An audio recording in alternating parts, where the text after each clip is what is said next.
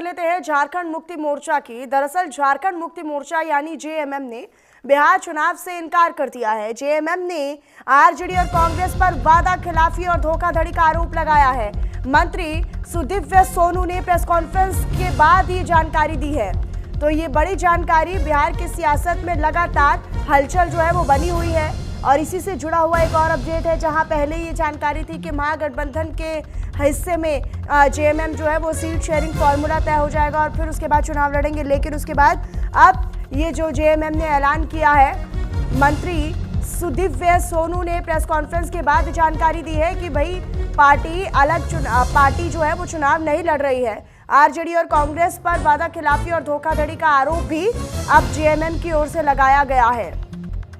तो अंदर खाने जो खटास है, जो अंतर्कलह है महागठबंधन में, अब वो धीरे धीरे जग जाहिर होती नजर आ रही है। लेकिन सवाल अब यही है कि अगर ऐसे लड़ेगा महागठबंधन तो कैसे चुनाव लड़ेगा महागठबंधन और कैसे जीतेगा। जिस तरीके से दावे वादे किए जा रहे हैं, तो दावे वादे एक तरफ है और तो कुछ तो डिफेंड कर रहे हैं इस लड़ाई को भी, इस अंदरूनी कलह को और अंतर कलह को डिफेंड करते हुए कहा जा रहा है कि भाई ये तो एक फ्रेंडली फाइट है।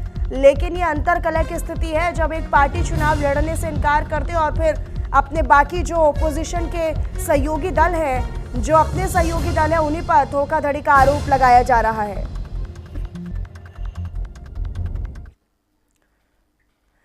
तो वहीं आगे बढ़ते हुए आपको बताएं, जहां जेडीयू नेता केसी त्यागी ने महागठबंधन पर निशाना साधते हुए कई बातों का जिक्र किया। उन्होंने कहा कि महागठबंधन में सब कुछ खराब है, जेएमएम को पुनर्विचार करना चाहिए, एनडीए में तो सब कुछ ठीक है, ये उन्होंने कहा है। तो ये बड़ी खबर, जेएमएम को पुनर्विचार करने की सलाह उन्होंने दी है।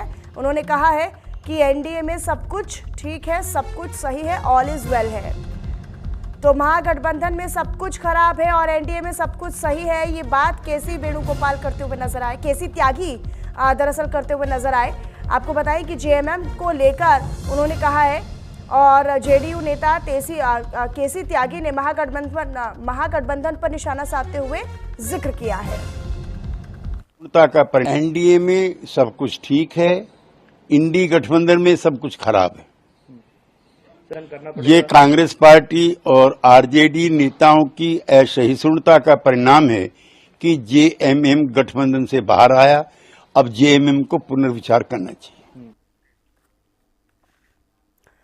तो आगे बढ़ते हुए आपको बताएं, जहां विधानसभा चुनाव पर पप्पू यादव ने बड़ा बयान दिया है।